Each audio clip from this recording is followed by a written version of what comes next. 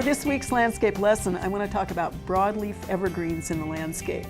We don't have a lot of options in Nebraska. This is not really broadleaf evergreen country, but we can use them to add texture and interest to especially the winter landscape. So I brought with me a handful of the ones that we might see most commonly in the central east, northeast, and southeast. A couple of them are actually western plants. And when we say broadleaf evergreen, what we really mean is plants that have broad leaves and they're evergreen.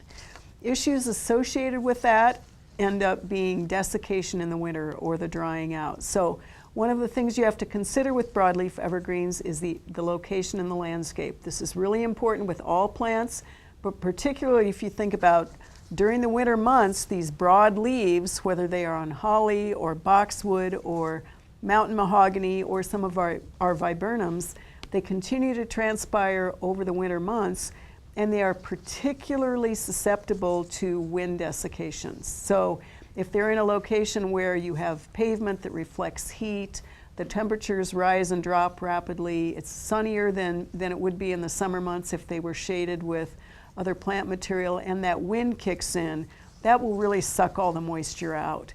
And just as an example here, this is one of our more common and sort of thug-like broadleaf evergreens, which is one of the euonymi.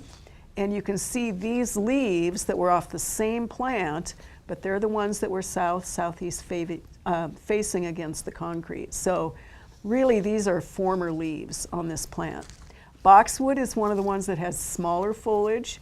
It's quite useful in the landscape and pretty resilient. It doesn't really like high pH. The western alternative might be mountain mahogany or curl-leaf mountain mahogany. It's a little bit of a different character. The holly is one that is pretty spectacular, full shade, part shade. This one isn't showing any desiccation whatsoever. Our native alternative to that would be Mahonia. And then we do have a handful of viburnums that have broad leaves, and they are evergreen.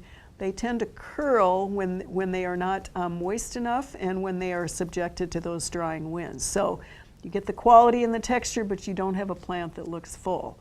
Make sure that you give these plants the right location in the landscape, and they will be able to contribute to the winter.